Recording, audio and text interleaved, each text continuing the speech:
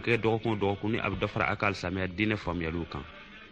Allah bɛna biro de zulema fɛ radio Mali la.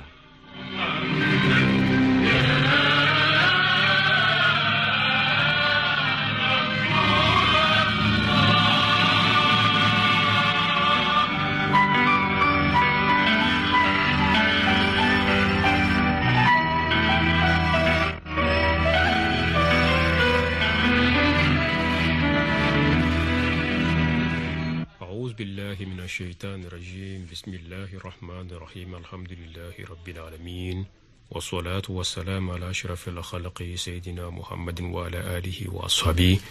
وأتباعهم بإحسان إلى يوم الدين. أيها الإخوة السلام عليكم ورحمة الله تعالى وبركاته.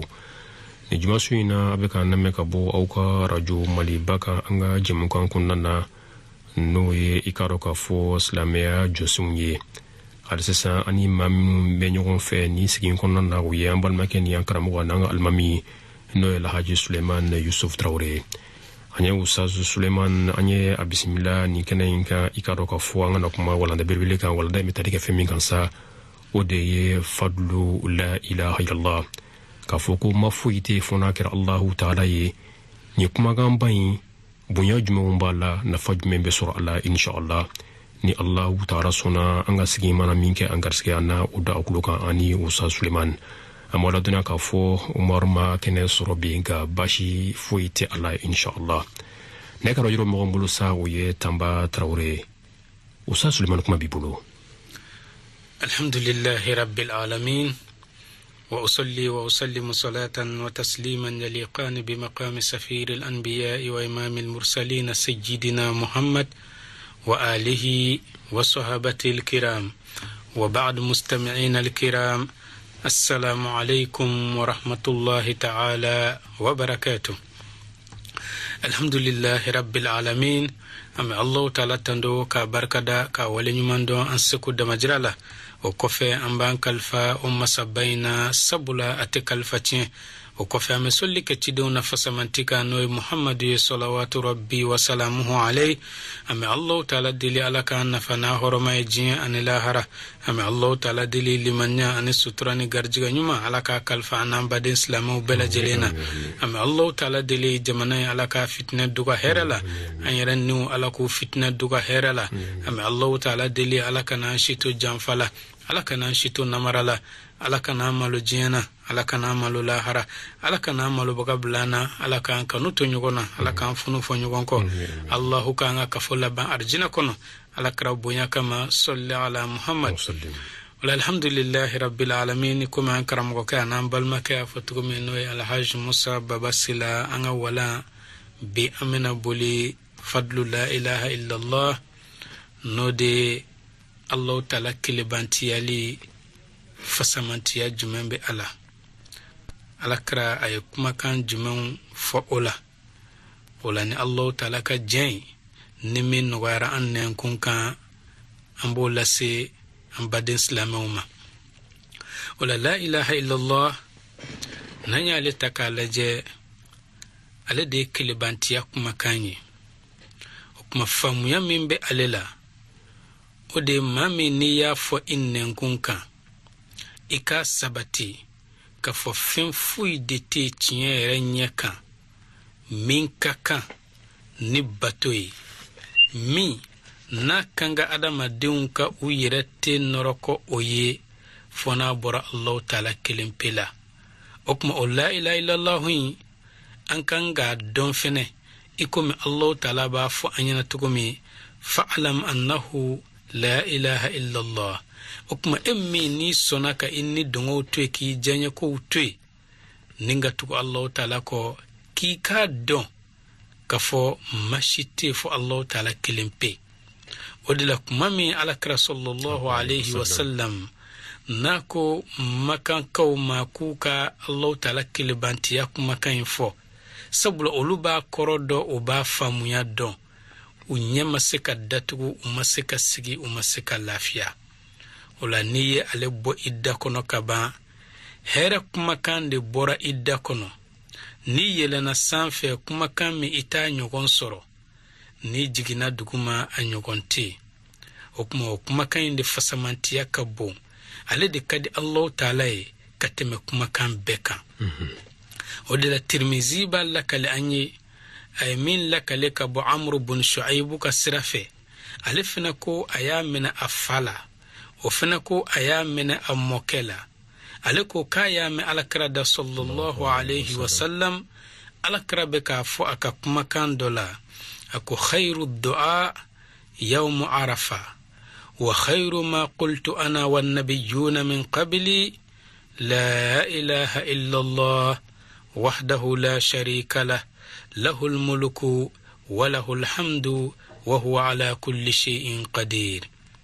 Kuma ko alaya me alakra da sallallahu alayhi wa sallam alakra ko do mi hereka bunkatime do beka ko de arafa don dowi mawbe nyogon kafu arafa kene kan domi a o do ko hereka bunko jugun akunga kuma kamin be ni ale Muhammadu ye ofo ani nabiyumon fene kuma kamin foka ko alenye ni o kuma kan de hereka bun katem uka kuma kan beka ko de la ilaha illa Allah mashite fona kira Allah ta'ala kilin peye masakilin do jenyugon tala kan masayala tanu o bele jelen ale Allah ta'ala de tay way ka do fem bele jelen sebe ale de be fem bele jelen latige o kuma ale Muhammadu makuma bo ada mi heraka bokate me la ilaha illa Allah ka tide munun fene kona ale Muhammadu nye olu fene makuma foi bo uda mi heraka bo kateme la ilaha illa Allah ka odila alakraba fu anyana kuma kan warela sallallahu alayhi wa sallam akoni ma min ko la ilaha illa Allah wahdahu la sharika lah lahul mulku wa lahul hamdu wa huwa ala kulli shay'in qadir kulla yawmin 100 marra كانت له عدل 10 رقاب وكتبت له 100 حسنة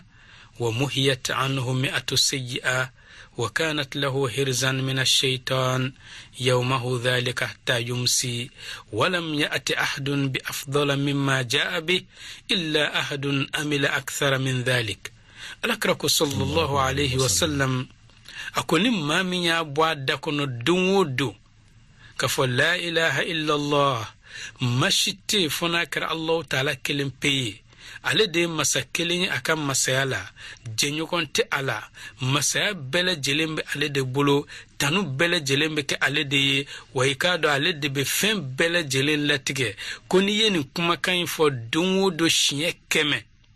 kika do kabe ke ikomi e jontan de kan horonya dunwo do o baraji o kuma jontan songo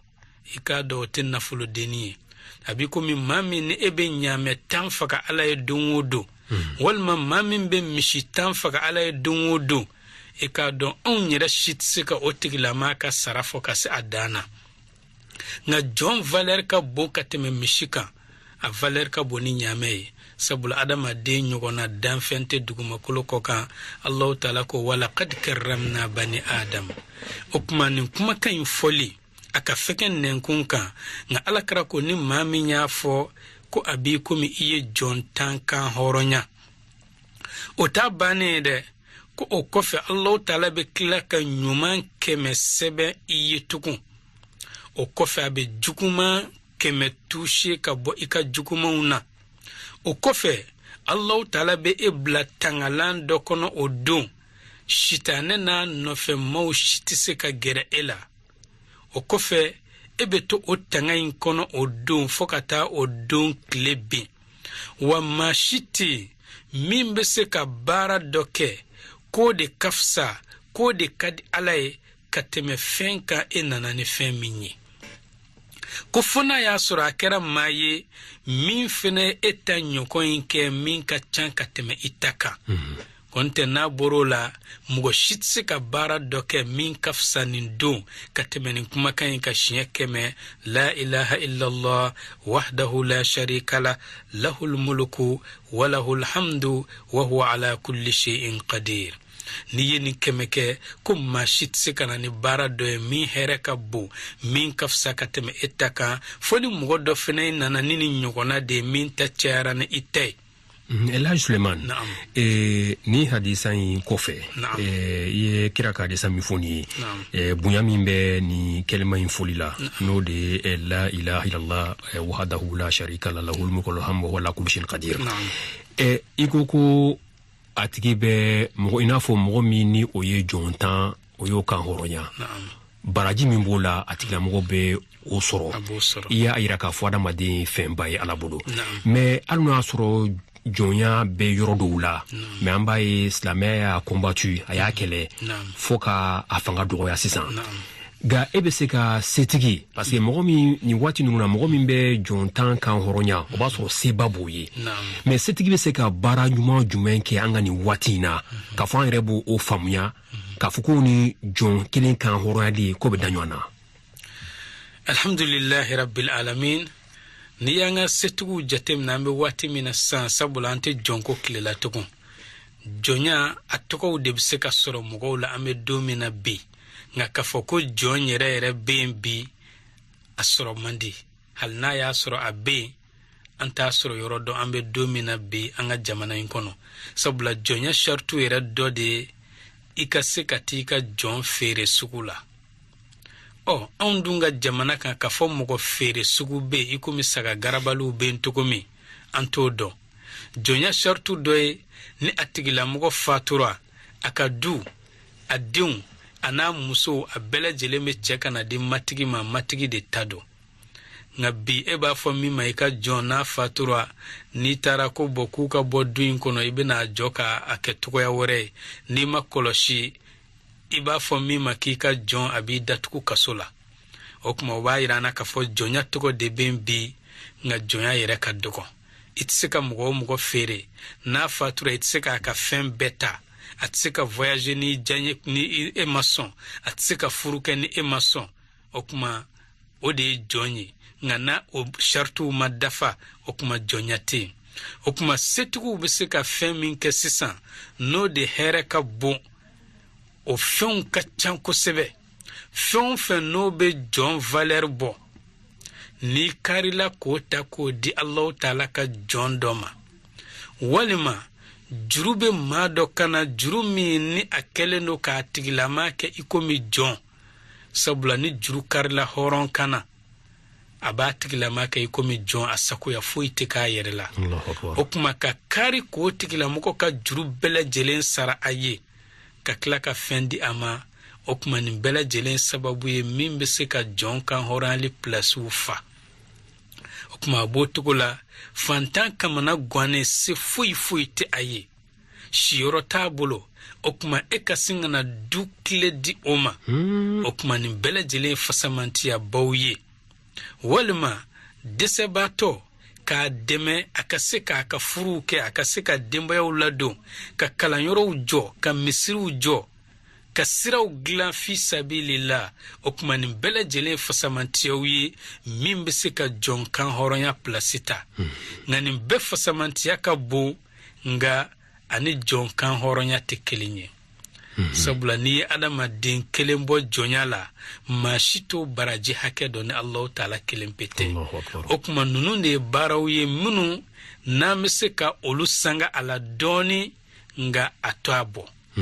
fuite adama den kan horonya libo kabo jonyana sabula alakra sallallahu alayhi wa sallam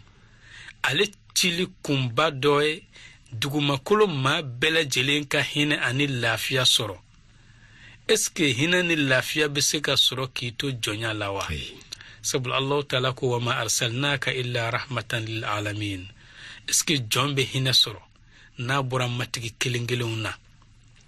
odila kodona ko mondela Allah alakra sallallahu alayhi wa sallam abangene Allah taala sona shinji folo min kase akono abba shinji kofe o kera jomuso shinji munkama li'annahu sayuharriru al-abid sabula alakra nana de walsa ka jonya kele ka bandugu makolo kokan ka danfen bele jelenke horonye o de kama Allah ta'ala sona shinji folo mimbe se danfen na son herema kono o ka ke jomuso shinji o kuma o tidem belebele alhamdulillah jonya kele la ka bandugu makolo kokan bi naka haklinaw anaka bara sababu ye o kuma am Allah ta'ala dele ala kana o jonya la sekintuku amin ola halisa la ilaha illallah fasamantiya jumum bi ala amba allaka bo uqba bun amir yoro aliko ko alakra sallallahu alayhi wa sallam dundo ka ko uluma ako ma min abdin tawadda fa ahsana alwudu ثم رفع طرفه إلى السماء فقال أشهد أن لا إله إلا الله وحده لا شريك له وأشهد أن محمدا عبده ورسوله إلا فتحت له أبواب الجنة يدخل من أيها شاء كو ألكرك صلى الله عليه وسلم كو جون فويتي جومي نايا seljita tugu nyumana ninga selji dafa o kofe ka tiga denko ni korota doko ka nya korota ka sanfela naje ka sroka fo ashhadu an la ilaha illa allah mishriya ka fo mashite fo nakra Allah ta'ala kelimpe masa kilendo jenyu konte ala mishriya ka fo an kuntigi muhammadi Allah ta'ala ka cidenye ko fo Allah ta'ala ka arjina bunda segin daile oye ni bunda minya ja abedu okononana okum man mayira ana kafo la ilaha illallah ikado fen fitininte fewna bilbilido odla ibn umar noy umar bun khattab dinkay imamul muhaddithin min bayn as-sahaba aliku amma kaya ma alakrada sallallahu alayhi wa sallam laysa ala ahli la ilaha illallah wahshatun fi quburihim akum maoma no de kara la ilaha illallah so dungeye o de mamunu ni dugu jera la ilaha illallah o ba kan sogoma la ilaha illallah Klegonfe, la ilaha illallah, wulafe, la ilaha illallah, shufe, la ilaha illallah, kuto udaglanka, la ilaha illallah, kuto barakerola, la ilaha illallah, kasro beka jakoke, la ilaha illallah, ubeka papiusi, la ilaha illallah, ubeku ka bolola baroke, nu konte kumana kuma kumadra beka fo la ilaha illallah, kika do mamununka la halaini kunyana finte ulumine kaburu kono o kofe ko alkiyama jokene fene kan maw kununen do ubeka ta kiyama jokene kan kumami kika do ko nyana finte ulula o kofe alakra sorola kafo ke anni anzuru ilayhim ako abi komi ne muhammadu beka flelike kata o la ilaha illallah so dunge mauma minun ka la ilaha illallah te kotige abadan ka bi komi ne muhammadu beku flesi sanyebe ula inda soyha burfiye ko flanana yanfiduna ru'usahum min at-turab ubeku kungulu firifiri kabo bugurila wa yaqulun ubeka fo alhamdulillahi alladhi adhhaba anna al-hadan inna rabbana laghafurun shakur atanu be masami ni ale de fujunu taka bo ona ikada on dabama ale de yafa chama masai ale de barkada masai okuma alakra sallallahu alayhi wa sallam ni yakani kuma kan jatemne akoke anni anzuru ilayhim abikum min muhammadu beka ufle okuma obayirana kafu alakra sallallahu alayhi wa sallam anyebo ulade ikomi ni onye anga drome kelem bla banya farfa jikono walma iye drome tambla kono ibe dro wari nye jijukoro tokomi alakra fene be shuye kaburu kono nintuko yaina Allahu akbar odela nimbe hakli jigi alakra sallallahu alayhi wa sallam akas sahaba jomso dola oba fama ummuna ajal nin sahaba jomsoin ikado ale de kumbe alakra kam misir furanin kaje wati be dondo alakra donaka misri kono ayaye misri be franka jetuko mi ajelente otukula ay sahaba unyinga ako yala jomuso mi metoka misri fran munde be ala ni misri ma fran bi sahabaw ko uma do min bala alakra ko sallallahu alayhi wa sallam ikum oyaka ladai na maka misri so dunge kilinye alere baka ma baya fini do ninga wuli kata olaje ngabi onga almamu daraja boyanawma ni kon ke almami ka fini che ko karsamana iba soro kasabo tikila nga fanta na le ballaka na de akarsa ngum famanai made en kumangana amadon nga kasoro wartigi halna talona okuma odo iba soro ambutiaji be ka dukono de fo muso yere ba fo ka dara ka dawla sikin bebeteme amboto do misri la ami yanta do mindo nga unna kunye minye warko de do walma kore de do nga fantanke dalemba ka banaglan ka sanjoli au temeto mata salamu bla ola okuma alakra ani sahabaw ayu dalaje ako okuma meta jomuso inaje na ya soro atara tama de la medo kay alaka sekina nyumay na be banaglanka medo kay Allah taala ka kenya na ya soro fatura ire medo kay Allah taala ka hina ala okuma alakra sallallahu alayhi wa sallam ani sahabaw tara kuma mino sira o ya soro matigin ko ummuna ajal ikado asoma yelemana okuma anya shudu alakra ko kukata kaburu irala utara kaburu ira alakra la alakra ya jo kaburu kuna ako assalamu alayki ya ummuna ajal ako kishibe ka ya ummuna ajal o kofe alakra sallallahu alayhi wa sallam ako ummuna ajal ma yala iye munde suro idaba mayoro alkiyama jokene kan mi here ka bon bara la jinya kono kateme bara bekande alakra ya ma de dade doni o kofe alakra jabike ako ummun ajal ko alema sisan ko alema bara foye duguma kolo koka mi here ka bon kateme alaka so sanyalika ako ale fleyoro mi sisan ala misri do de jo ale ya lebe o konona na yani kiyama jo donche Allahu akbar okuma misri finati jo ni la ilaha illallah te sabula misri be jo Allah taala kele bantiyali de kama misri be jo ala batoli de kama okuma nimba irana kafo alakra sallallahu alayhi wa sallam abe shuka kuma metugumi ikomi abu ye otogola we kerama doye Allah taala minke aye okuma alakra ko ke anni anzuru ilayhim abikum nenye be la ilaha illallah so dungula inda soyha burufiyeli ko fulanana sabula burufiye ko folo adama dembele jele ni be do ila Allah taala be to kan yiningali ke limanil mulku al-yawm sambina ni be ke ola ni burufiyera shin fulanana okuma mawde be duguma kulo cici ka wuli ibasuru mo keme be boyoro dola mo bakele me bo kaburu do kono okuma mawbe nyogon seni nyogon kunka kumami bele jelembe ka jokene sekere okuma mamunu no le la ilaha illallah so dungewi alakra ko kale nyabolula o kelen ka kaburu cika bo udala buguru mimbu kuna ube ku kungulo frifri ka buguru mbwala ninga fo mambe masatanuka masabarkada masami ni ale jien fujunu ani sekeni nyani betaka bo ona ikadon o masinde yafa masay o de barkada masay mais Oustaz Suleiman la ilaha illallah ambado ka fo bonya bawbala ina fo depuis en sigira ibe ka bonya nunu ko fo mais condition fo était a folila ka fo ne ba a fo pour que bonya la kra bonya munu fo la nga se ko soro mba fo ndala tindrowa walma condition memba ala alhamdulillah rabbil alamin la ilaha illallah na manya ka fo kiba fo aka soro abe lainin fen nofe abela jelen ka dafa ila fen no de ba chin iki yoroma janya ka bo obela jelena okuma ne ko la ilaha illallah kaba okuma ijija fen kana soro idusukuna tukun min ka bon ka teme la ilaha illallah ka ikana da fen ka mayala tukun la ilaha illallah te no Allahu ye okuma fen no be ke sababu ye ka chin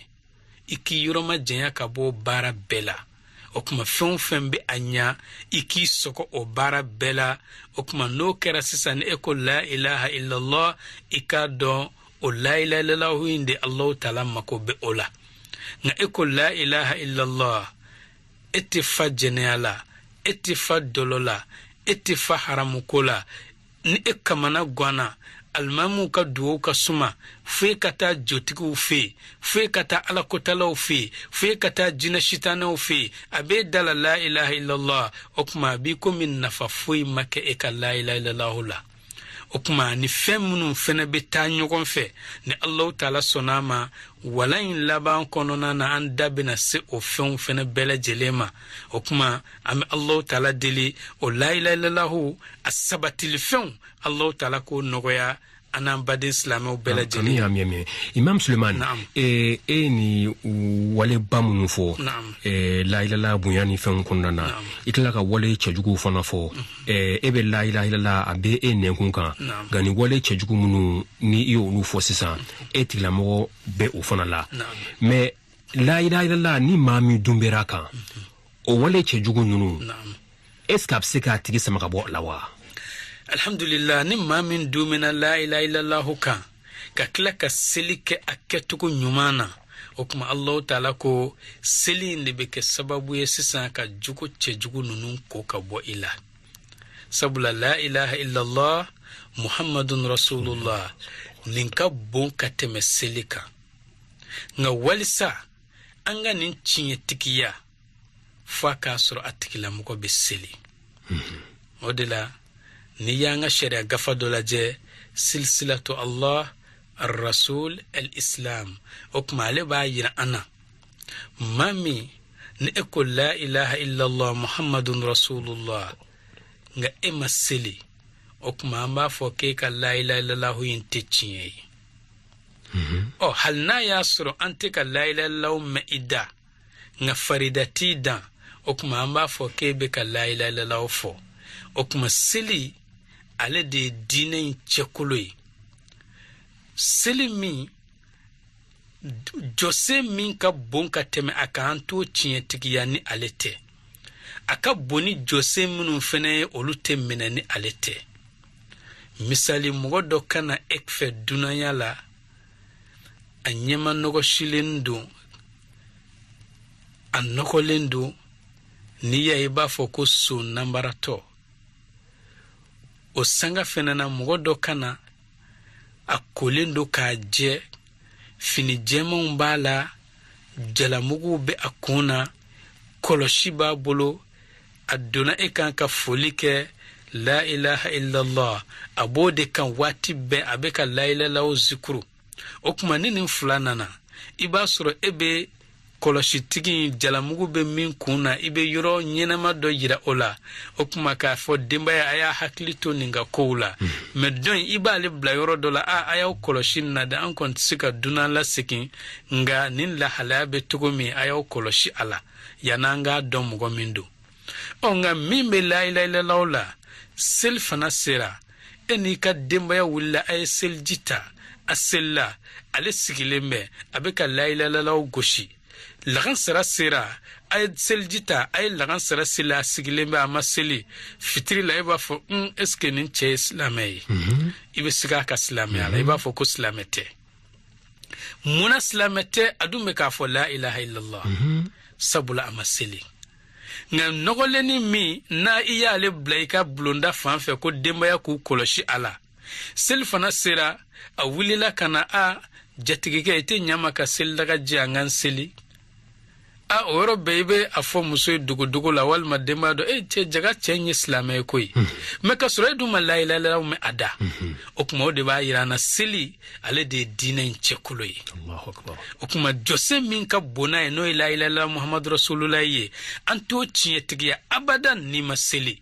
wa ale refina ka bonka teme jose mununka no ishun jaka hiji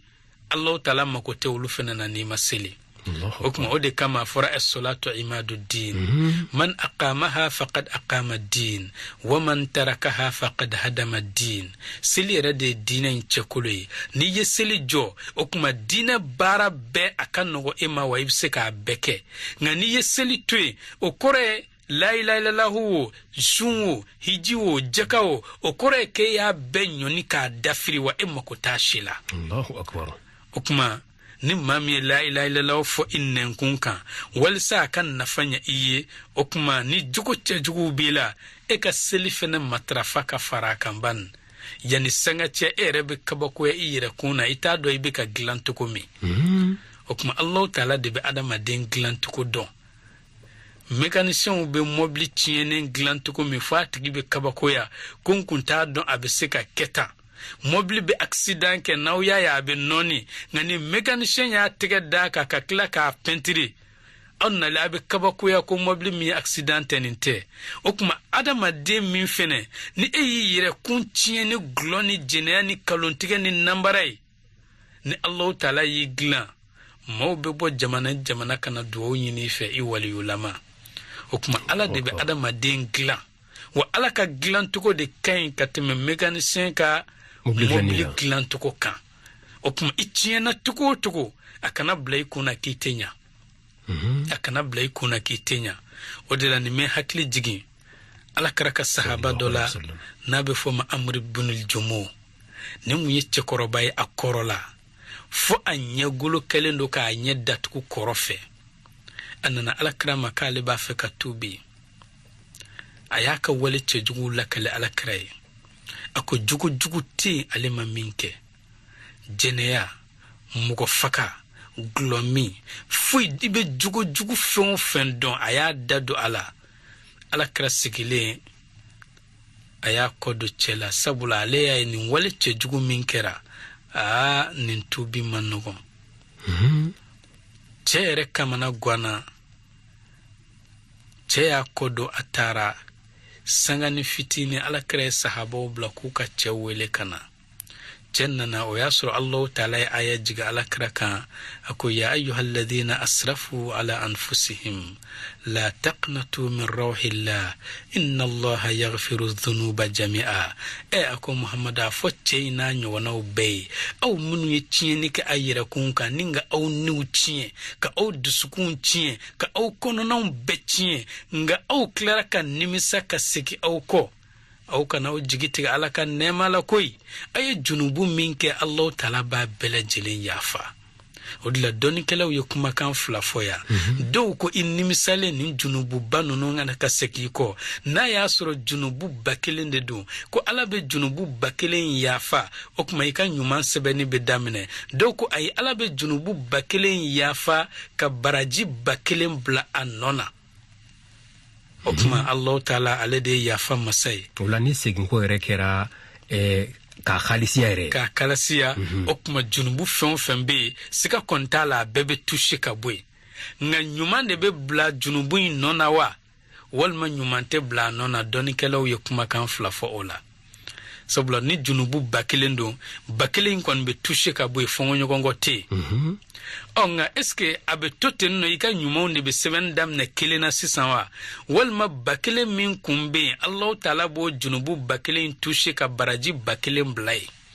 okuma ika baraji 7 be dam ne o bakile sanfe kata okuma doni kelaw yekuma kan flafo ola am Allah taala deli alaka o funen siriyanke ananga tubi jom bela jelen ya rabbal alamin wala halisa la ilaha illallah fasamantiya hakim ba lakal anye kabo abi huraira takasrafe abi huraira alako ama ko dondo alakra ko alema ako ya aba huraira ikado nyuman kelon keleni eba bara anyuman be pezi alkiyama jokeneka ni selike ika selibe pezi alkiyama jokeneka ika shumbe peze jokeneka ika hijibe peze jokeneka ika sarakatu nika nyumanyaw olu bela jelembe peze jokeneka ko fona bora la ilaha illallah kilempela alete bla balansi kono ko alakra ko ni ye la ilaha illallah bla balansi kono okuma duguma kolo ana kono fen sankaba wulum vlan ana kono fen ko lu bla balansi fangelen fe ko la ilaha illallah shiye kelen ka girin ka teme oka obseka peze mo ko fewa okuma walsa o la ilaha illallah infena im oka ke la ilaha illallah nyumanye bara munum be peze olula kontigi no eseli fiki tege do odela fiko menani takajui ni yeseli fenake bolo kofe fenye ika la ilaha illallah fenatin nafanya de aletsika bla balansi yere kono kuma teka peze sabula atin nafanya alebe ke ko mifia mimbechi ni ya me ka fo ni masake nyukonti ani masake foyi tsika peze okuma duguma mugo nyuma undebe abolo sikatala ngani duguma mugo uchiena masake beke maudaji tuyoroye okuma ni seli nyuma mbe ika laila law tsika bla balance la alkiyama jokene ka girin ko juku ngani eteseli okuma ika laila law kon bi ko mini wulu kashira de finya beta to ko mini kanya beta tenda atenna fafonya